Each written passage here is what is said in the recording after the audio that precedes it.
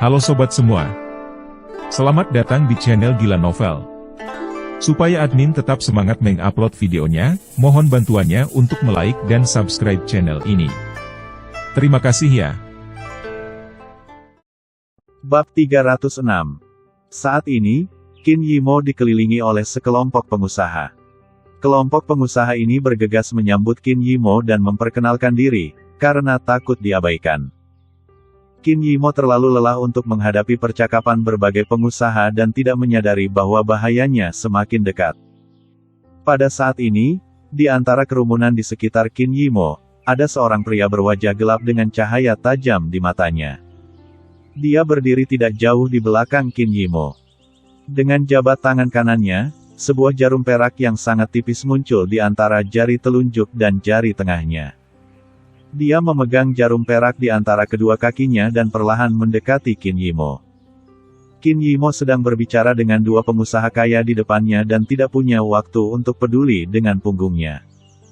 Pria itu dengan cepat berjalan ke posisi kurang dari setengah meter dari Qin Yimo. Dengan cibiran di bibirnya, dia mengangkat tangan yang memegang jarum perak dan menusuk punggung Qin Yimo dengan kecepatan yang sangat cepat. Bentak. Pada saat ini, sebuah tangan terulur dan meraih tangan pria itu. Ekspresi pria itu berubah, dia menoleh dan melihat seorang pria muda menatapnya sambil tersenyum. Saya telah memperhatikannya sejak lama, tetapi saya tidak pernah berpikir kamu akan berani mengambil tindakan. Kata Qin Lang, matanya dingin. Wajah pria itu jelek dan dia ingin membuang tangan Qin Lang, tapi dia tidak bisa. Tangan Qin Lang seperti tang besi, memegang tangannya erat-erat. Saya masih memiliki beberapa pertanyaan untuk ditanyakan, jangan terburu-buru. Qin Lang tersenyum. Saat berbicara, Qin Lang memutar tangan kanannya. Klik. Tangan pria itu langsung terpelintir. Ah! Pria itu berteriak sambil menutupi pergelangan tangan kanannya, dan berlutut. Ledakan. Qin Lang mengangkat kakinya, menendang pipi pria itu, menjatuhkannya ke tanah, lalu menginjak dada pria itu. Hanya dalam beberapa detik, pria yang ingin menyakiti Qin Yimo sepenuhnya ditundukkan oleh Qin Lang. Pergerakan yang disebabkan oleh Qin Lang menarik perhatian semua orang yang hadir.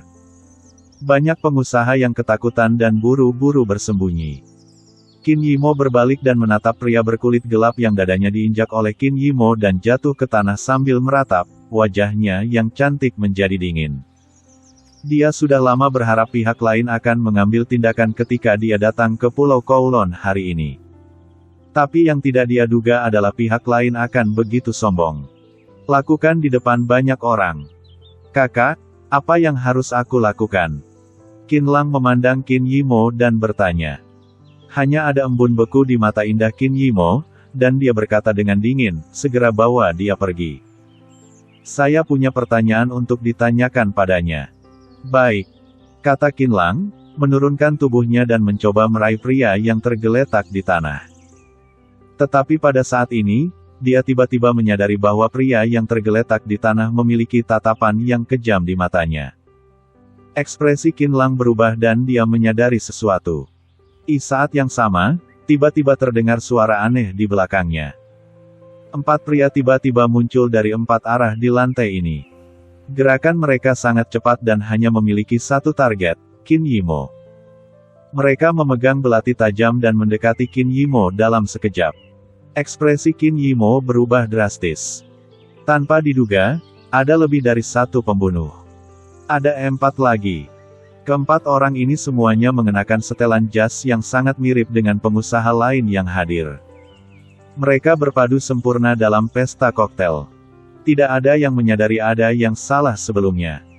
Qin Lang berbalik, menghadapi pembunuh yang paling dekat dengan Qin Yimo, mengumpulkan energi sejatinya ke dalam tinjunya, dan meninju. Ledakan. Qin Lang meninju dada si pembunuh dan menghempaskannya. Tapi pukulan ini tidak bisa menyelesaikan masalah. Ada juga 3 pembunuh, dan 3 belati ditusuk ke arah Qin Yimo. Setiap pukulan berakibat fatal. Reaksi Qin Lang cukup cepat, tapi dia hanya punya waktu untuk membunuh salah satu pembunuhnya. Belati di tangan 3 pembunuh lainnya hendak menusuk Qin Yimo. Saudari, Qin Lang membuka matanya lebar-lebar dan berteriak. Pada saat kritis, pikiran Qin Yimo menjadi kosong dan dia tetap di tempatnya tanpa reaksi apapun. Us. Tapi saat ini, ada suara yang agak keras di udara. Tusuk. Sinar cahaya perak melintas di udara, disertai beberapa jeritan. Darah berceceran di udara, dan hanya dalam beberapa detik, 3 pembunuh tersisa yang bergegas menuju Qin Yimo semuanya jatuh ke tanah dan mati di tempat. Ada lebih dari selusin bekas pedang di tubuh mereka, dan mereka berdarah. Para pengusaha di sekitarnya berseru lagi dan hampir mundur ke tembok. Samurai dari kamar dagang Dongri yang menangani ketiga pembunuh itu dengan tenang mengeluarkan kain dari pinggangnya, dengan lembut menyeka darah di bilah pedang, lalu memasukkan kembali pedang itu ke sarungnya. Ketiga orang itu, sepertinya adalah perwakilan dari kamar dagang Dongri. Sial, aku takut setengah mati. Pedang mereka sangat cepat. Aku hanya melihat bayangannya saja. Siapa yang bisa memberitahuku apa yang terjadi?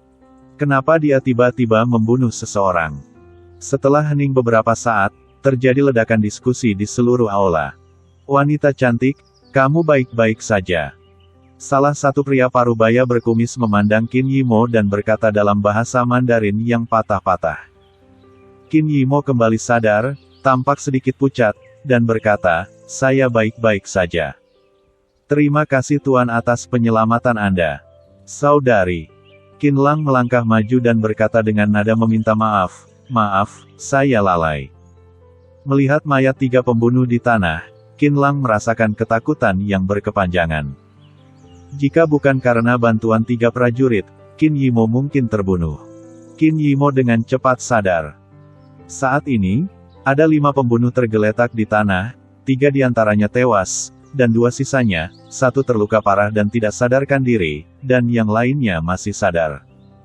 Namun, setelah melihat kegagalan rekannya, matanya dipenuhi dengan rasa bersalah.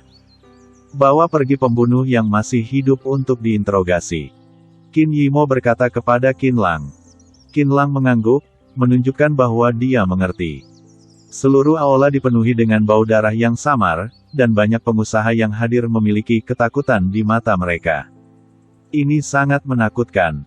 Tidak ada yang menyangka bahwa begitu banyak pembunuh dapat terlibat dalam pesta koktail di siang hari bolong. Dan beberapa dari mereka telah berbicara dengan para pembunuh ini. Qin Yimo berdiri di tanah, alisnya sedikit berkerut, dan dia tiba-tiba memikirkan sesuatu. Dia melihat sekeliling dan menemukan sosok Fang Yu di depan prasmanan di belakang. Saat ini, Fang Yu sedang memegang piring makan di tangannya, dengan sandwich di atasnya. Sambil makan sandwichnya, dia mengobrol santai dengan Long Qianqian di sampingnya. Melihat pemandangan ini, wajah Qin Yimo tertutup es. Situasinya sangat kritis sekarang, dan Fang Yu benar-benar berdiri di samping dan makan sandwich daging sapi. Ini tidak dapat diterima. Kapan pertemuan nafas naga keluarga panjang kita dimulai? Fang Yu memandang Long Qianqian dan bertanya.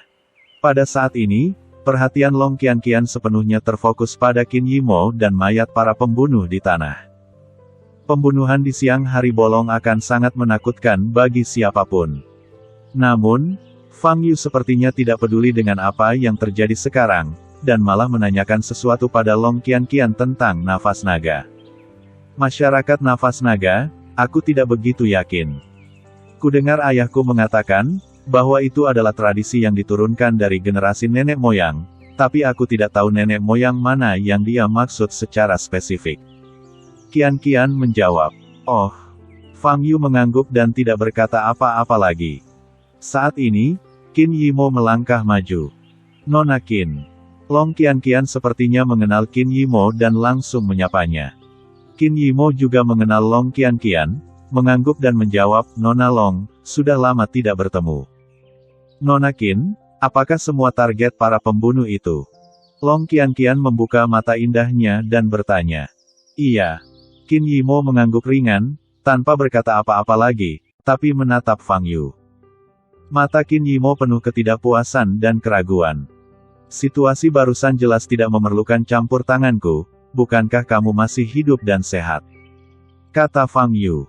Qin Yimo menarik napas dalam-dalam dan berkata, "Saya hanya ingin bertanya.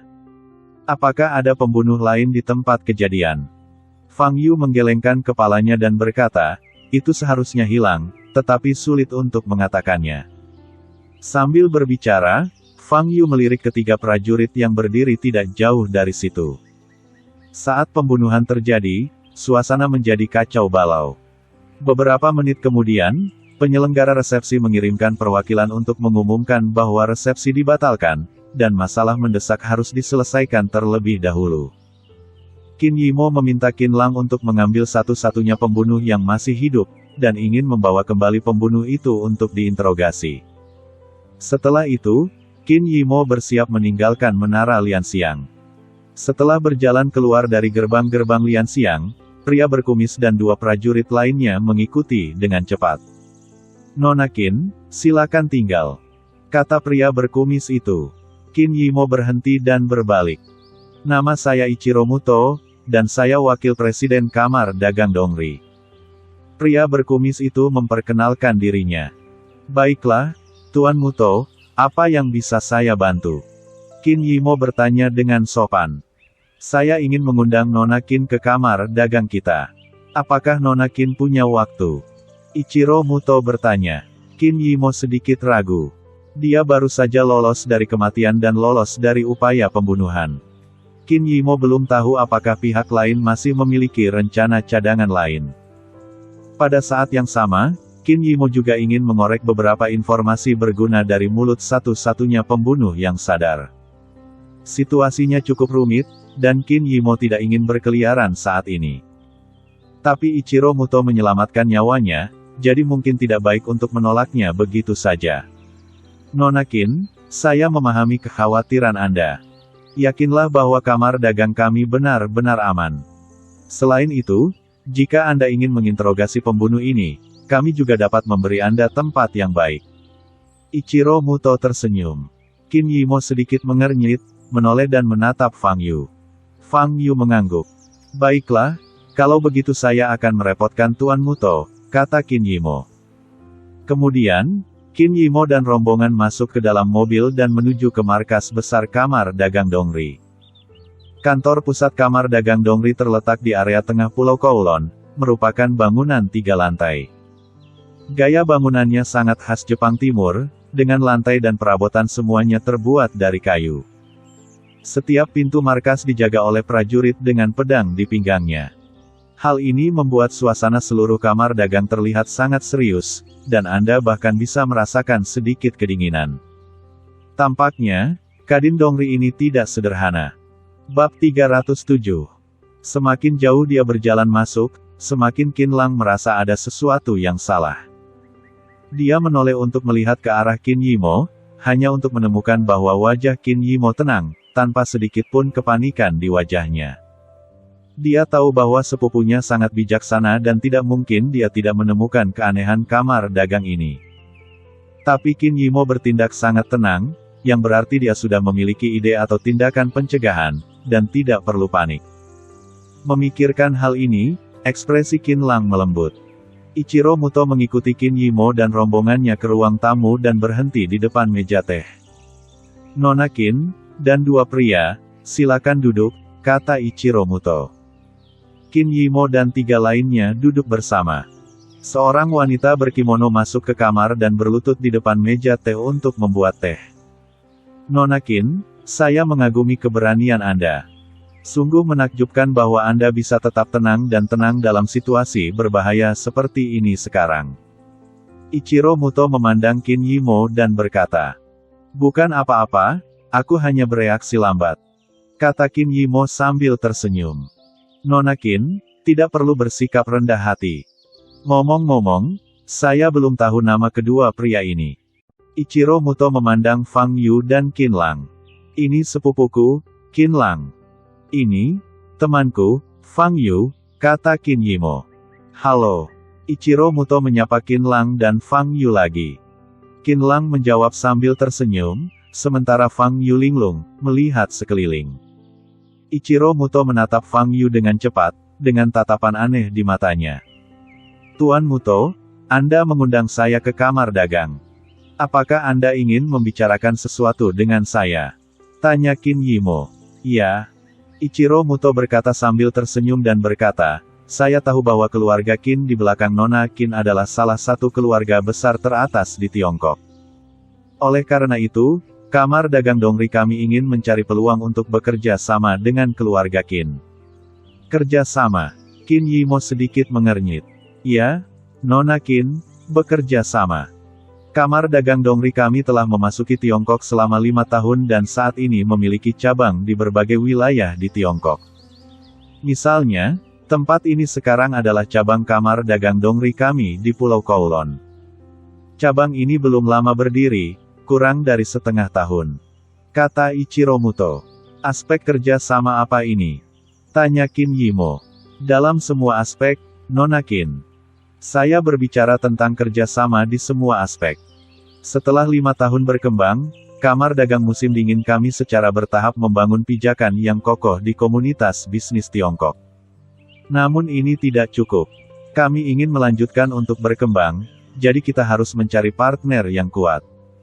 Dan keluarga Qin yang diwakili oleh Nona Qin adalah partner utama kami. Kata Ichiro Muto. Sambil berbicara, wanita kimono itu membuat teh dan meletakkan secangkir teh di depan meja semua orang. Saya tahu bahwa Nona Qin baru-baru ini mewakili keluarga Qin untuk menjalankan operasi bisnis di Jiangnan, Huaibei, dan daerah lainnya. Dan Kamar Dagang Dongri kami kebetulan memiliki gagasan yang sama, lanjut Ichiro Muto. Tapi saat ini, alis Qin Yimo sudah mengerutkan kening dalam-dalam. Dia mendengar arti dari kata-kata Ichiro Muto.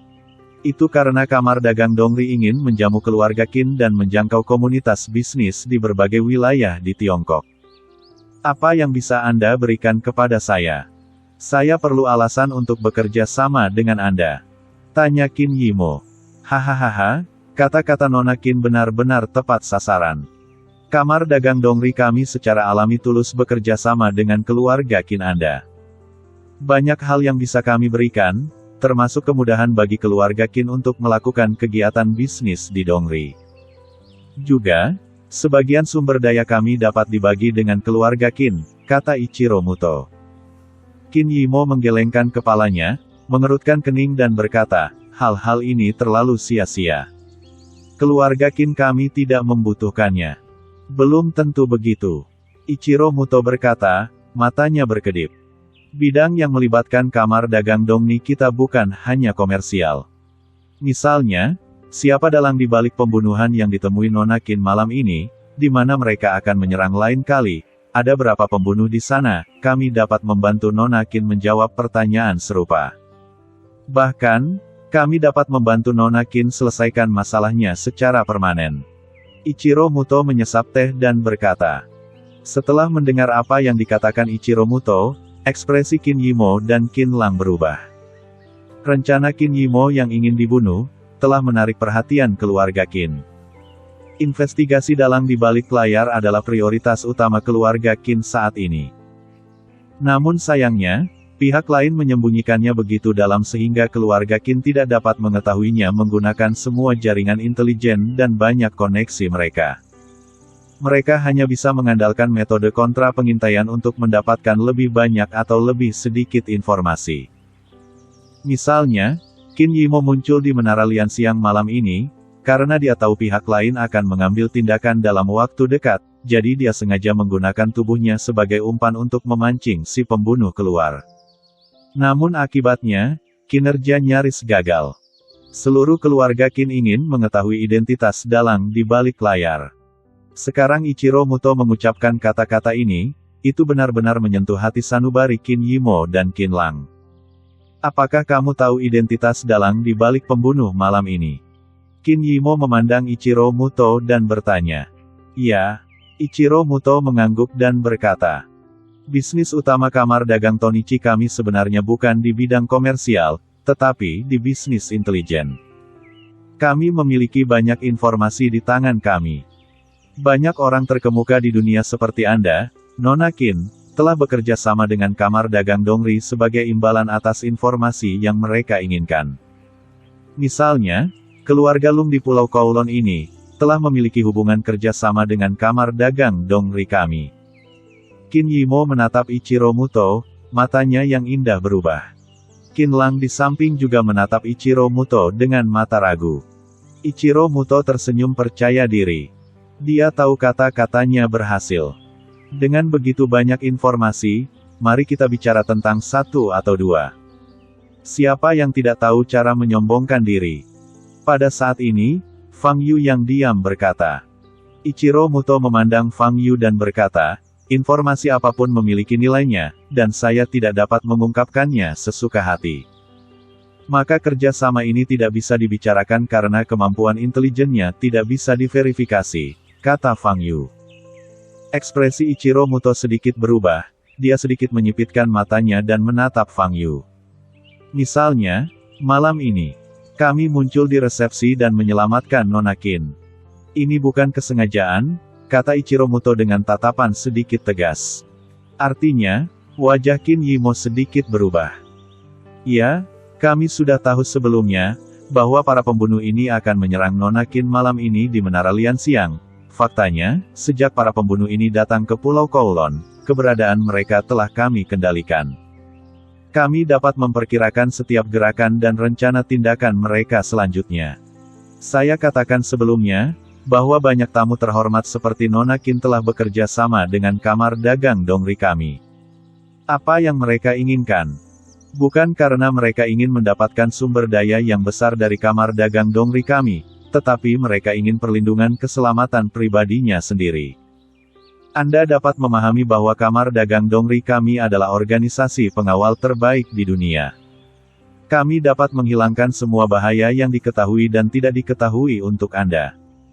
Selama kami, kamar dagang Dongri, ada di sini, keselamatan pribadi Anda akan terjamin tanpa kompromi. Ichiro Muto berkata sambil tersenyum. Qin Yimo dan Qin Lang saling memandang dengan kaget di mata mereka. Namun di saat yang sama, Qin Yimo juga memiliki keraguan di matanya. Aku banyak bicara, tapi itu semua hanya omong kosong, tidak ada satu kata pun yang berguna. Fang Yu, yang berada di samping, berbicara lagi. Ichiro Muto menoleh untuk melihat ke arah Fang Yu, nadanya berubah dingin dan berkata, Tuan Fang, saya sudah mengatakan bahwa informasi apapun ada nilainya. Sebelum Nona Qin setuju untuk bekerja sama dengan kamar dagang Dongri kami, saya juga tidak bisa banyak mengungkapkannya. Tanpa mengungkapkan terlalu banyak, katakan saja padaku, apakah ada pembunuh di Pulau Kowloon, yang sedang mempersiapkan operasi pembunuhan berikutnya terhadap Qin Yimo? Fang Yu memandang Ichiro Muto dan bertanya. Ichiro Muto sedikit mengernyit, sepertinya sedang memikirkan sesuatu. Setelah beberapa saat, dia menjawab, ya. Saya dapat memberitahu Anda dengan jelas, bahwa masih ada pembunuh yang tinggal di Pulau Kowloon. Dan mereka akan segera melakukan operasi pembunuhan berikutnya terhadap Nona Qin. Mendengar ini, Fang Yu sudah tertawa terbahak-bahak. Apakah Ichiro Muto benar-benar menganggap semua orang bodoh? Ichiro Muto, kan? Berapa banyak orang yang telah kamu tipu dengan cara ini? Tanya Fang Yu. Melihat senyum di wajah Fang Yu, Ichiro Muto tampak murung dan menjawab, Tuan Fang, maafkan saya karena tidak mengerti maksud Anda. Maksudku, para pembunuh yang muncul di resepsi malam ini, termasuk para pembunuh yang mungkin muncul di masa depan, semuanya sudah diatur, kan? Fang Yu berkata sambil tersenyum. Jejak kepanikan melintas di mata Ichiro Muto, tetapi ekspresinya tetap tidak berubah dan dia berkata dengan sungguh-sungguh, Tuan Fang, menurut Anda, apakah saya perlu melakukan hal itu? Kamar dagang Dongri kita. Tentu saja itu perlu. Apa yang kamu lakukan sekarang adalah bisnis terbaik dengan investasi rendah dan keuntungan tinggi. Lakukan saja hal serupa dengan organisasi pembunuh, lalu bodohi pihak-pihak yang ketakutan dan kehilangan akal oleh ancaman si pembunuh. Ini menghasilkan pendapatan beberapa kali lebih tinggi daripada organisasi pembunuh, itu terlalu menguntungkan. Fang Yu menggelengkan kepalanya dan berkata. Ekspresi Ichiro Muto berubah. Saat ini, baik Qin Yimo dan Qin Lang memahami arti kata-kata Fang Yu. Memang ada banyak celah dalam perkataan Ichiro Muto. Apa yang dikatakan Fang Yu mungkin benar. Ledakan. Ichiro Muto membanting meja, berdiri, memelototi Fang Yu, dan berkata, "Saya dengan tulus ingin bekerja sama dengan Anda, dan saya telah menceritakan banyak rahasia tentang kamar dagang, tetapi sekarang Anda memberitahu saya, bahwa saya menyewa seorang pembunuh. Kamu orang Tiongkok sungguh tak tahu malu. Kalian di luar, kemarilah." Ichiro Muto menjadi marah dan memberi perintah. Beberapa samurai yang memakai pedang panjang bergegas masuk ke pintu, langsung mengelilingi Fang Yu dan yang lainnya. "Kalian memaksaku melakukannya. Aku akan didenda jika aku tidak minum roti panggang itu," kata Ichiro Muto. "Bagaimana kamu bisa menjadi pembohong yang sukses ketika kamu begitu gelisah?"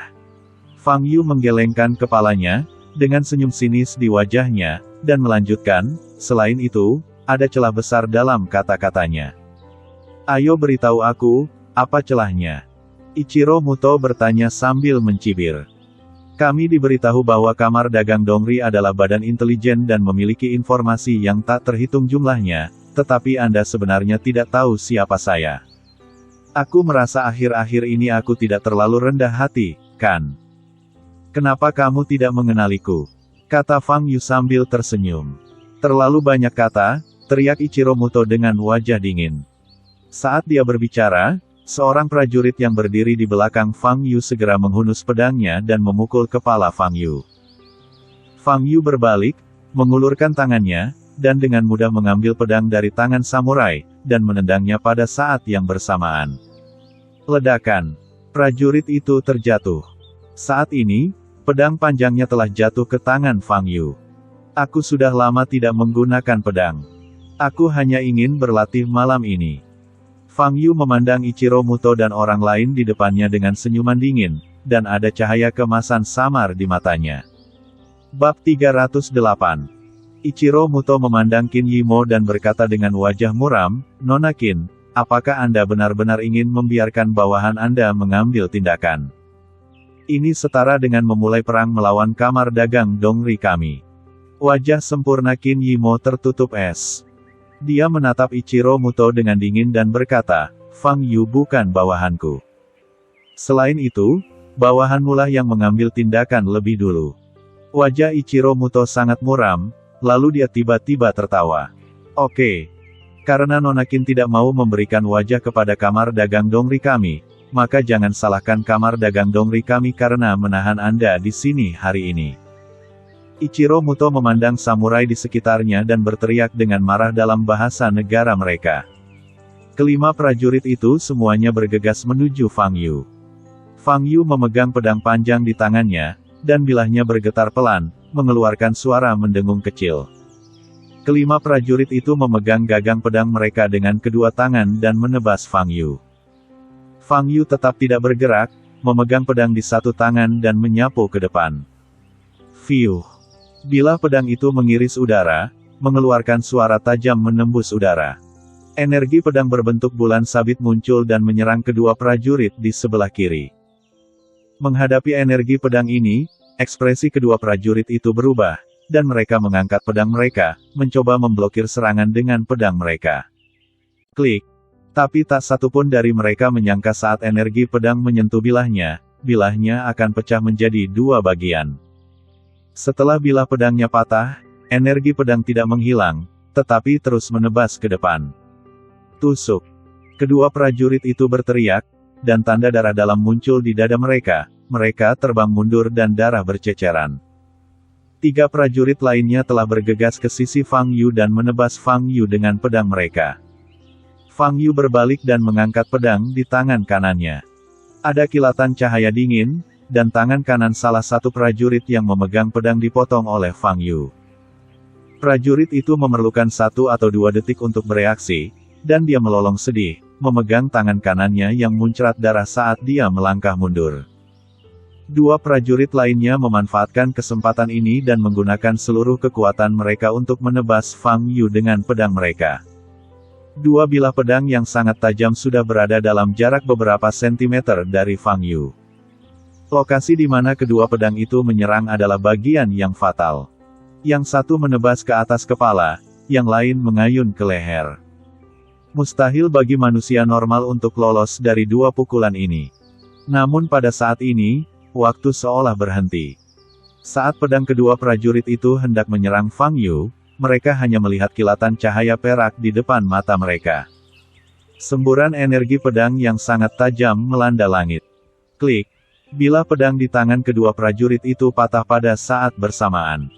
Pada saat yang sama, keduanya gemetar hebat dan berdiri di sana, tidak lagi bergerak. Mereka membuka mata lebar-lebar dan menatap Fang Yu di depan mereka. Hanya ada ketakutan di mata mereka, tetapi mereka tidak mengeluarkan suara. Seluruh ruangan menjadi sunyi senyap. Fang Yu tidak memiliki ekspresi di wajahnya, meraih pedang panjang di tangannya, dan mengamati bilahnya. Meskipun pedang ini telah membunuh beberapa orang, bahkan tidak ada bekas darah pada bilahnya. Ichiro Muto memandangi dua samurai yang berdiri di depan Fang Yu dan kehilangan semua gerakannya. Ekspresinya berubah drastis dan dia berteriak, "Apa yang kamu lakukan?" Teriakan seperti itu sepertinya membangunkan sesuatu. Garis darah yang sangat tipis tiba-tiba muncul di leher kedua prajurit itu. Retakan. Kepala kedua orang itu perlahan miring ke samping, lalu jatuh ke tanah dengan suara teredam. Tusukan. Mayat kedua prajurit itu masih berdiri di tempatnya, dengan darah muncrat dari leher yang patah. Ah! Melihat pemandangan ini, Qin Yimo tidak tahan lagi, berteriak, berbalik, dan tidak berani melihat lagi. Dia jauh lebih berani daripada orang kebanyakan, tapi dia masih tidak bisa menerima melihat seseorang dipenggal dengan matanya sendiri. Qin Lang di samping juga pucat dan menatap Fang Yu dengan mata kaget. Semburan energi sejati keluar dari tubuh Fang Yu, meledakkan dua mayat tanpa kepala. Dalam sekejap, 6 mayat tergeletak di lantai ruang resepsi. Kondisi kematian ke-6 mayat ini semuanya menyedihkan, dengan darah berceceran di atasnya. Udara dipenuhi bau darah yang menyengat, yang membuat mual. Ichiro Muto memandang Fang Yu di depannya, wajahnya tidak berdarah, dan hanya ada rasa tidak percaya di matanya. Dia tidak pernah menyangka, bahwa pemuda yang tidak mencolok itu bisa memiliki kekuatan sekuat itu. Meskipun 6 prajurit di bawahnya tidak terlalu kuat, mereka tetaplah elit. Mereka adalah prajurit perantara dalam hierarki kamar dagang Dongri. 6 prajurit perantara terbunuh dengan mudah. Masih dengan cara yang kejam. Ichiro Muto menatap Fang Yu dengan mata terbelalak, tidak bisa berkata-kata. Dia tahu betul, bahwa dia telah meremehkan kekuatan Fang Yu. Prajurit tingkat menengah sama sekali bukan ancaman bagi Fang Yu. Saya sarankan, agar prajuritmu lebih banyak berlatih ilmu pedang, jika tidak, pedang itu hanya akan menjadi hiasan di tangan mereka dan tidak ada gunanya sama sekali, kata Fang Yu sambil tersenyum. Wajah Ichiro Muto sangat jelek, wajahnya berubah, dan dia memikirkan tindakan balasan. Retakan. Saat ini, pintu dibuka. Seorang pria parubaya tampan, tidak berjanggut, mengenakan seragam samurai putih masuk dari pintu. Dia melirik Ichiro Muto, lalu ke mayat di dalam ruangan, dan sedikit mengernyit. Presiden. Ichiro Muto terlihat senang saat melihat pria ini. Ini adalah Presiden Kamar Dagang Dongri Cabang Pulau Kowloon, Kimura Makoto. Kekuatan Kimura yang sebenarnya telah mencapai tingkat prajurit elit di antara hierarki samurai Kamar Dagang Dongni. Setara dengan master seni bela diri Tiongkok. Kimura Zen sedang pergi menangani urusan bisnis selama 2 hari ini dan belum kembali. Sekarang dia tiba-tiba muncul, yang mengejutkan Ichiro Muto. Dengan Kimura yang benar-benar ada di sini, menyelesaikan Fang Yu tidak akan menjadi masalah. Presiden Kimura. Ichiro Muto melangkah maju dengan cepat, ingin menjelaskan situasinya kepada Kimura Makoto. Bentak. Namun saat ini, Kimura Zen berbalik dan menamparkan wajah Ichiro Muto. Suara tamparan yang tajam bergema di seluruh ruang tamu. Tamparannya begitu kuat hingga hampir menjatuhkan Ichiro Muto ke tanah. Ichiro Muto berteriak sambil menutupi sisi kiri wajahnya, dan menatap Kimura Makoto dengan mata ngeri dan bingung. Bajingan, apa yang kamu lakukan tanpa perintahku? Dibandingkan dengan Ichiro Muto, Kimura Makoto berbicara bahasa Mandarin lebih baik dan tidak memiliki aksen. Ichiro Muto memandang Kimura Shin yang bermata marah, seluruh tubuhnya gemetar. Kimura Shin memelototi Ichiro Muto, wajahnya penuh kedinginan. Status Nona Qin sangat mulia. Jika kamu melakukan kesalahan, bahkan jika dia memiliki 10 nyawa anjing, itu tidak akan cukup untuk membunuhmu. Kimura Zen berteriak dengan marah. Ichiro Muto menutupi wajahnya, darah menetes dari sudut mulutnya, dan seluruh tubuhnya gemetar. Kimura Zen menatap Ichiro Muto, lalu mengalihkan pandangannya ke samping Qin Yimo selama beberapa detik. Nona Qin, Anda telah terganggu karena ketidakmampuan saya mendisiplinkan bawahan saya. Saya pasti akan menghukum Ichiro Muto dengan berat di masa depan. Saya juga meminta pengampunan dari Nona Qin. Kimura Jin membungkuk dalam-dalam kepada Qin Yimo dan berkata.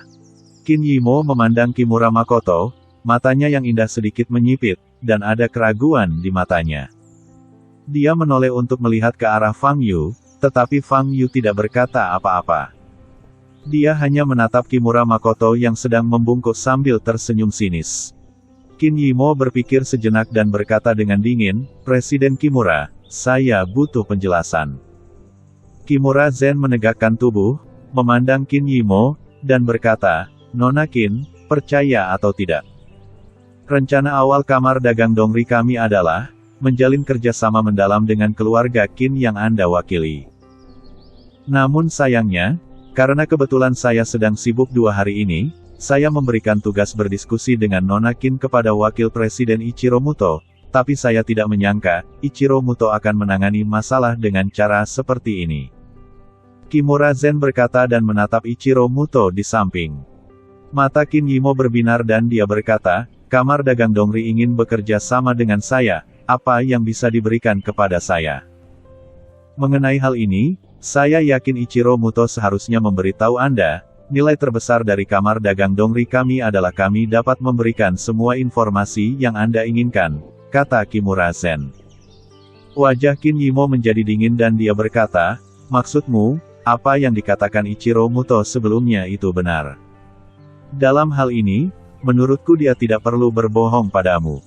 Jawab Kimura. Qin Yimo menatap Kimura Makoto, matanya yang indah semakin dingin. Nona Qin, percayalah bahwa memang ada orang di Pulau Kowloon yang ingin menyakitimu. Kimura Zen mengangkat matanya dan menatap Qin Yimo tanpa mengelak. Matanya tenang dan tenang. Oke, jika omong kosong satu orang terbongkar, dan orang lain terus membual, mengapa kita tidak bisa menemukan cara baru? Saat ini, Fang Yu berkata dengan malas. Bab 309. Sambil berbicara, Fang Yu langsung mengangkat pedang panjang di tangannya, dan ujung pedang panjang itu mengarah langsung ke Kimura Shin. Ekspresi Kimura Zen tetap tidak berubah, dia memandang Fang Yu dan berkata, Anda tidak harus percaya apa yang saya katakan, tetapi tidak perlu juga mengambil tindakan. Memang benar kami yang bersalah pada awalnya, jadi meskipun begitu banyak prajuritku yang terbunuh, aku tidak perlu memperhitungkan mereka. Tetapi sekarang, pedang itu diarahkan padaku lagi, nada suara Kimura Shin tiba-tiba berubah dingin dan berkata, kami orang Dongri paling tabu untuk mengarahkan ujung pedang kepada seseorang. Ini adalah tindakan yang sangat tidak sopan. Itulah sebabnya aku mengarahkan pedangku kepadamu, kata Fang Yu.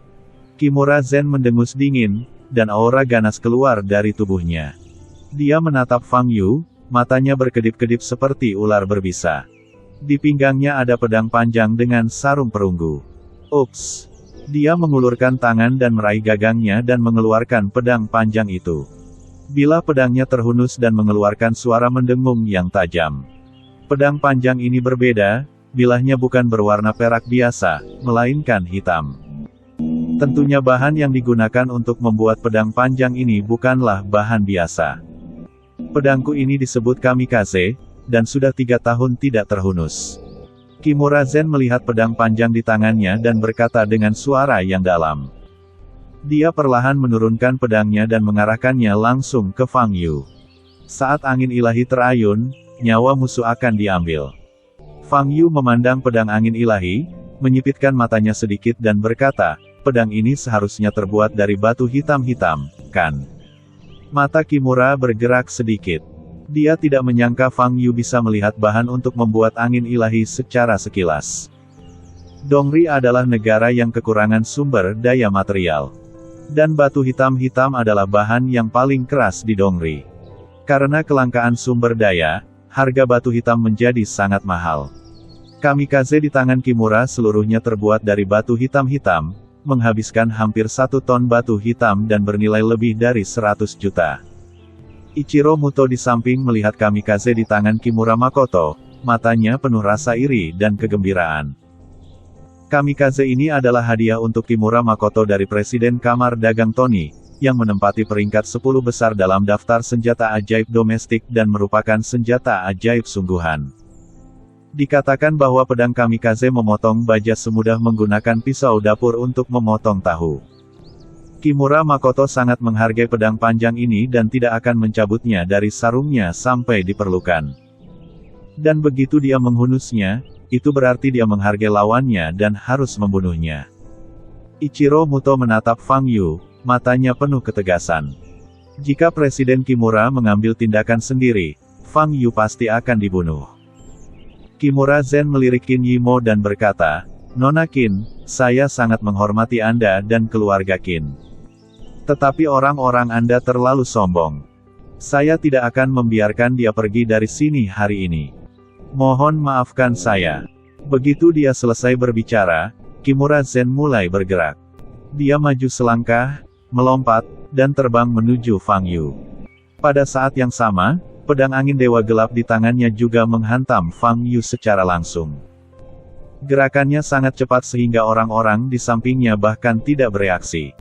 Fang Yu mengangkat pedang panjang di tangannya dan memegangnya di depannya. Ingin memblokir tebasan pedang kamikaze dengan pedang biasa. Mimpi. Pedang kamikaze dapat dengan mudah memotong baja keras sekalipun, apalagi pedang biasa yang sangat rapuh. Klik. Pedang kamikaze menyerang langsung ke pedang panjang itu. Itu berbeda dari apa yang diharapkan Kimura. Pedang panjang di tangan Fang Yu tidak patah. Sebaliknya, cahaya keemasan samar muncul di tubuh pedang, yang membuat Kimura Zen, yang memegang kamikaze, merasakan ledakan tekanan. Ledakan. Terdengar ledakan keras, dan Kimura Makoto mundur. Fang Yu berdiri di sana dengan senyuman di wajahnya. Pada saat ini, bilah pedang panjang biasa di tangannya menyala dengan cahaya keemasan redup. Apa yang terbungkus di dalamnya adalah energi sejati Fang Yu. Menggunakan energi sejati untuk memberkati dewa pedang bukanlah cara seorang pendekar pedang. Kata Kimura Zen dengan wajah muram. Kamu hanya bisa menggunakan pedang yang terbuat dari batu hitam untuk menebasku, dan aku tidak diperbolehkan menggunakan energiku yang sebenarnya. Bukankah ini terlalu tidak adil? Fang Yu tersenyum tipis dan berkata, "Lagi pula, aku bukan seorang pendekar pedang itu sendiri. Apalagi kamu perlu berbicara tentang semangat prajurit." Kimura Zen tersenyum dingin dan berkata, "Bahkan jika kamu menggunakan energi sejati, kamu bukan tandinganku. Ilmu pedang sejati dapat memotong segalanya." Setelah mengatakan itu, Kimura Zen berteriak keras dan bergegas menuju Fang Yu lagi. Kali ini, kecepatannya meningkat pesat, dan dia bergegas ke depan Fang Yu dalam sekejap mata. Dia memegang gagang pedang dengan kedua tangan dan menebas Fang Yu. Pedang kamikaze membelah udara, menimbulkan ledakan sonik yang keras. Fang Yu memegang pedang panjang yang diberkati dengan energi sejati dan dengan mudah memblokir serangan itu. Kimura Zen menyerang dengan sangat cepat, dan setelah satu pukulan gagal, dia segera mengayun pedang kamikaze miliknya dan menebas ke arah leher Fang Yu. Fang Yu mengangkat pedangnya lagi, mencoba menahan serangan itu. Tetapi ketika pedang angin ilahi hendak menyentuh pedang panjang Fang Yu, tiba-tiba pedang itu berubah menjadi hantu dan menghilang. Dan angin dingin bertiup ke arah punggung Fang Yu. Oh! Fang Yu mengangkat alisnya, berbalik dengan cepat, dan memblokir pedang Kimura Zen dari belakang. Keterampilan gerakannya bagus. Fang Yu memandang Kimura Zen di depannya dan berkata. Ketika pedangnya diblokir, jejak keterkejutan muncul di mata Kimura Zen, tapi dia dengan cepat mendengus dan terus menyerang Fang Yu seperti badai. Pedang kamikaze di tangannya muncul dan menghilang di udara, menebas berbagai bagian vital tubuh Fang Yu. Di mata Qin Yimo, Qin Lang, dan Ichiro Muto, Kimura benar-benar seperti memegang beberapa pedang kamikaze dan menyerang Fang Yu secara bersamaan. Satu demi satu, bayangan pedang gelap melintas di udara, yang sangat mempesona. Sosok Kimura Zen terkadang muncul di depan Fang Yu, dan terkadang muncul di belakang Fang Yu, atau ke samping, tanpa jejak. Ini adalah teknik pedang pemecah air milik Presiden Kimura. Mata Ichiro Muto penuh dengan keterkejutan dan kekaguman. Serangan Kimura semakin cepat, dan dentuman sonik pedang kamikaze yang terbang di udara semakin keras. Qin Yimo tampak pucat, menutup telinganya, dan melihat kedua pihak yang bertarung tidak jauh dari situ. Engah! Kepulan! Kepulan! Suara benturan pedang yang tajam bergema di ruang tamu. Pada saat yang sama, retakan muncul di tanah dan di dinding tidak jauh dari sana yang disebabkan oleh energi pedang. Dilihat dari situasinya, Fang Yu berada dalam posisi yang kurang menguntungkan. Pasalnya ia selama ini bertahan secara pasif, sedangkan serangan Kimura tidak terputus dan semakin ganas. Saat ini, pertahanan Fang Yu relatif berhasil, tetapi selama dia berada di sisi bertahan, celah mudah muncul dan hilang. Kakak, apakah kamu ingin aku membantu? Qin Lang memandang Qin Yimo dan bertanya dengan gugup. Tidak perlu. Qin Yimo menggelengkan kepalanya dan berkata. Meskipun Fang Yu berada dalam posisi yang kurang menguntungkan, Qin Yimo masih memiliki keyakinan penuh dan keyakinan pada Fang Yu. Oke. Qin Lang menoleh dan terus menonton pertarungan antara keduanya, dengan keterkejutan di matanya. Ilmu pedang kedua orang ini, sungguh menakjubkan. Sebagai salah satu pemuda jenius dari keluarga Qin, perjalanannya dalam seni bela diri berjalan mulus tanpa menemui kesulitan apapun. Dia telah menguasai banyak seni bela diri dan keterampilan tubuh, dan kemampuan bertarungnya yang sebenarnya tidak lemah. Tapi dibandingkan dengan dua orang yang bertarung di depannya, itu jauh lebih buruk. Dia tahu betul bahwa jika dia ditempatkan di posisi Fang Yu, dia mungkin tidak akan bisa bertahan dua ronde dan kepalanya akan dipenggal oleh pedang kamikaze milik Kimura Makoto. Fang Yu ini, benar-benar sekuat yang kakek katakan. Qin Lang memandang Fang Yu, yang begitu cepat sehingga dia hanya bisa melihat bayangannya tidak jauh, matanya penuh kejutan. Fang Yu menghindari serangan Kimura sambil mengamati gerakan Kimura. Serangan berantai berintensitas tinggi seperti itu menimbulkan banyak korban jiwa. Apalagi kamikaze di tangan Kimura Makoto terbuat dari batu hitam pekat dan beratnya jauh lebih berat dari pedang panjang biasa. Dalam hal ini, sangat sulit bagi Kimura untuk mempertahankan ritme ofensif dalam waktu yang lama. Saat Kimura Zen menyerang dengan ganas, guncangan di hatinya menjadi lebih kuat. Dia tidak menyangka, serangan badai menggunakan teknik pedang air patah tidak akan mampu melukai Fang Yu sama sekali. Bagaimana ini bisa terjadi? Ilmu pedangnya setidaknya berada di peringkat 3 teratas di seluruh kamar dagang Dongri. Ditambah dengan berkah pedang kamikaze, tidak berlebihan jika dikatakan bahwa dia adalah pendekar pedang nomor 1 di kamar dagang Dongri. Tapi sekarang, menghadapi Fang Yu, dia menggunakan ilmu pedang terkuatnya, tapi Fang Yu selalu berhasil menghindarinya. Ini merupakan pukulan besar bagi kepercayaan diri Kimura yang sebenarnya. Karena dia sudah menyadari jika dia terus seperti ini, hanya akan ada satu hasil yang menunggunya. Itu adalah kekalahan. Kekalahan sudah pasti. Teknik pedang pemecah air menghabiskan banyak energi. Semakin lama bertahan, semakin lemah kekuatannya. Bab 310. Memikirkan hal ini, Kimura benar-benar berhenti menyerang dan mundur. Fang Yu memandang Kimura Zen yang sedang mundur, dan tersenyum dan berkata, batu hitam memang merupakan bahan yang relatif keras, tetapi tidak cocok untuk digunakan sebagai bahan pedang. Karena batu hitam terlalu berat, tidak cocok untuk digunakan sebagai pedang. Yang terpenting adalah cukup ringan. Saat kamu menggunakan batu hitam-hitam untuk membuat pedang, kamu secara langsung menghapus keuntungan terbesar dari pedang tersebut. Mendengar kata-kata Fang Yu, wajah Kimura Zen berubah sangat jelek. Memang sebagai sebuah pedang, bobot kamikaze yang terbuat dari batu hitam-hitam ini memang terlalu berat. Tapi ini juga untuk kekuatan bilahnya sendiri. Kebugaran fisik Kimura benar-benar cukup untuk menggunakan angin dewa, dikombinasikan dengan teknik pedang pemecah air, membuatnya tak terkalahkan. Dari lawan yang pernah ia temui sebelumnya, tidak ada satupun yang mampu bertahan 3 ronde di depan Kimura Makoto yang sedang memegang kamikaze, apalagi teknik pedang pemecah air. Tapi Fang Yu di depannya menghindari semua serangannya, terlihat sangat santai. Pada pertarungan ronde sebelumnya, Kimura Zen sudah mengetahui bahwa lawan yang dihadapinya bukanlah seorang pejuang biasa. Itu masih terlalu lemah. Membosankan. Fang Yu memandang Kimura Zen yang terengah-engah dan menggelengkan kepalanya karena kecewa. Awalnya ia mengira Kimura Makoto bisa menunjukkan performa yang lebih kuat, namun sepertinya Kimura Makoto baru saja mencapai batasnya. Melihat ekspresi dan tindakan Fang Yu, Kimura Zen merasa terhina. Sebagai seorang samurai, yang terpenting adalah martabat. Kamu boleh mati, tapi kamu harus mati dengan bermartabat. Ekspresi Kimura Zen tampak jelek, berteriak keras, menangkap angin ilahi, dan bergegas menuju Fang Yu lagi. Aura yang sangat kuat meletus dari tubuhnya, dan angin ilahi melewati udara, menghasilkan energi pedang 1 demi 1, langsung menuju ke arah Fang Yu. Fang Yu masih mengelak dengan mudah, dan energi pedang ini menghantam setiap sudut ruangan, menimbulkan ledakan suara. Melihat Kimura Zen yang kehilangan akal sehatnya, Fang Yu memiliki sedikit geli di matanya. Jelas sekali, Kimura benar-benar telah kehilangan sebagian besar kekuatan fisiknya.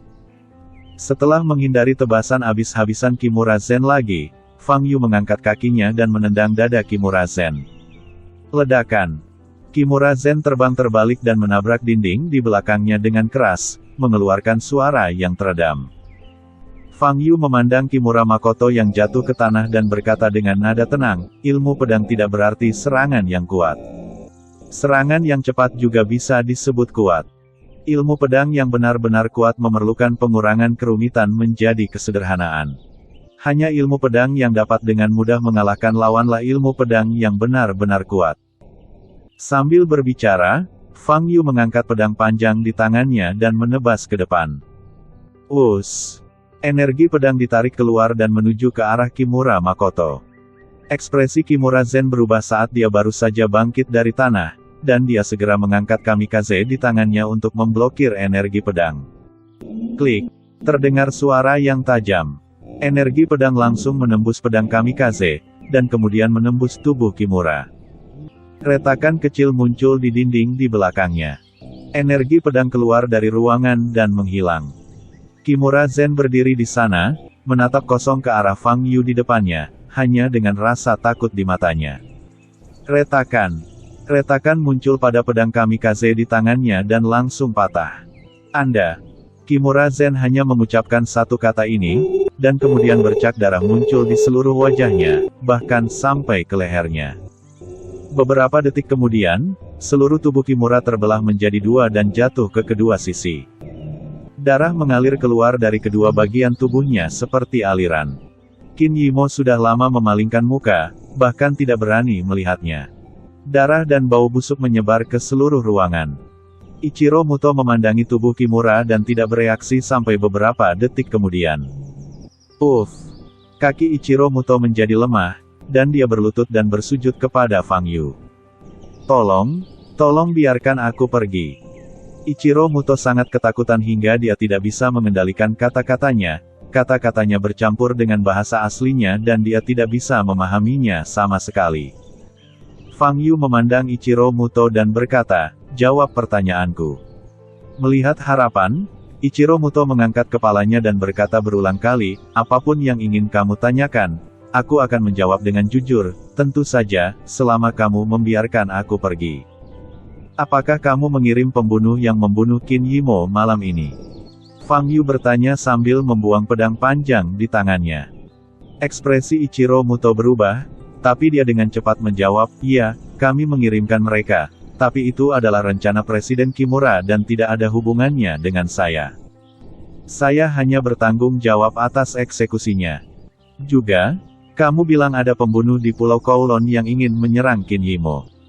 Apakah ini juga rencanamu? Fang Yu terus bertanya. Ya. Ichiro Muto menangis dengan sedihnya dan menjawab dengan suara gemetar, tolong jangan bunuh aku.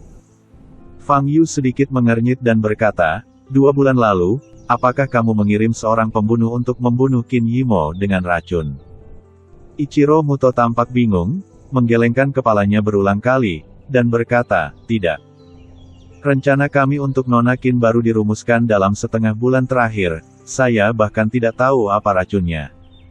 Fang Yu melihat ekspresi Ichiro Muto dan tahu bahwa dia tidak mungkin berbohong saat ini. Dengan kata lain, orang yang menyihir Qin Yimo 2 bulan lalu, bukanlah kelompok yang sama dengan orang-orang dari kamar dagang Dongri di depannya. Fang Yu memandang Qin Yimo. Qin Yimo juga tampak serius. Apa yang harus dilakukan dengan orang-orang ini? Fang Yu bertanya. Aku akan membiarkan seseorang menanganinya. Kamu, jangan lakukan apapun, kata Qin Yimo dengan wajah jelek. Kini seluruh ruangan dipenuhi bau darah, membuatnya ingin muntah. Serangan Fang Yu terlalu berdarah. Baiklah kalau begitu. Fang Yu mengangguk. Duduk di dalam mobil dan meninggalkan kamar dagang Dongri, Fang Yu memandang Qin Yimo dan bertanya, apakah kamu merasa lebih baik? Dengan jendela mobil terbuka, Qin Yimo menghirup udara segar dengan rakus, dan rasa mualnya akhirnya tidak terlalu kuat. Para pembunuh kamar dagang Dongri bukanlah orang yang sama dengan para pembunuh yang meracuni Anda. Bagaimana menurut Anda? Tanya Fang Yu. Itu berarti ada masalah dengan informasi intelijen yang kami terima sebelumnya. Qin Yimo mengerutkan kening dan berkata, saudari, maksudmu informasi bahwa seseorang akan menyerangmu baru-baru ini adalah salah? Tanya Qin Lang. Ya, itu mungkin bagian dari rencana kamar dagang Dongri, kata Qin Yimo, tiba-tiba memikirkan sesuatu, wajahnya berubah. Saya pikir kecerdasan Anda benar. Seseorang memang akan mengambil tindakan terhadap Anda. Namun, tidak malam ini. Hanya saja kamar dagang Dongri berada di garis bidik. Fang Yu berkata dengan tenang sambil melihat pemandangan di luar jendela. Qin Yimo juga memikirkan hal ini sekarang. Saya harus mengatakan, Anda telah menyinggung banyak orang.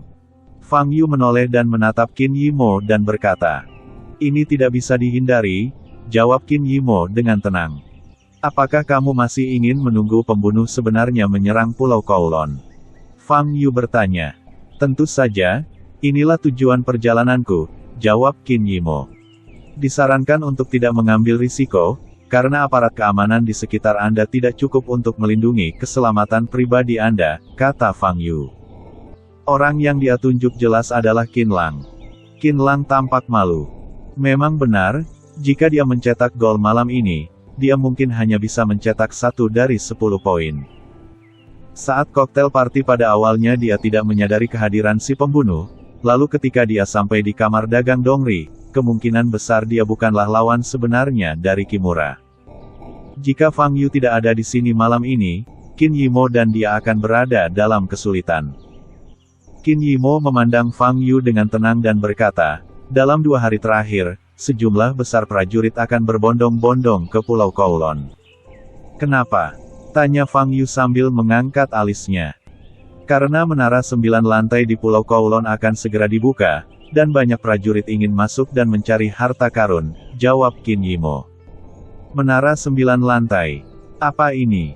Fang Yu tertegun dan bertanya. Konon itu adalah senjata ajaib yang dibuat oleh beberapa master 1000 tahun yang lalu. Ada 9 lantai di dalamnya. Setiap lantai dilengkapi dengan banyak mekanisme, monster, dan lain-lain. Hanya melalui mekanisme ini dan mengalahkan monster-monster itu, baru dapat menemukan jalan ke tingkat atas. Ada banyak harta karun yang harus digali di setiap tingkat, dikatakan bahwa jika Anda berhasil mencapai tingkat ke-9 dan lulus ujian, Anda bisa mendapatkan warisan yang ditinggalkan oleh tuan-tuan itu. Karena mekanisme dan monster di menara 9 lantai semuanya virtual, banyak pejuang yang memasukinya dengan mentalitas untuk mencobanya. Jika kamu beruntung, kamu bisa mendapatkan beberapa harta. Jika kamu tidak beruntung, paling banyak kamu akan diteleportasi, tidak berbahaya.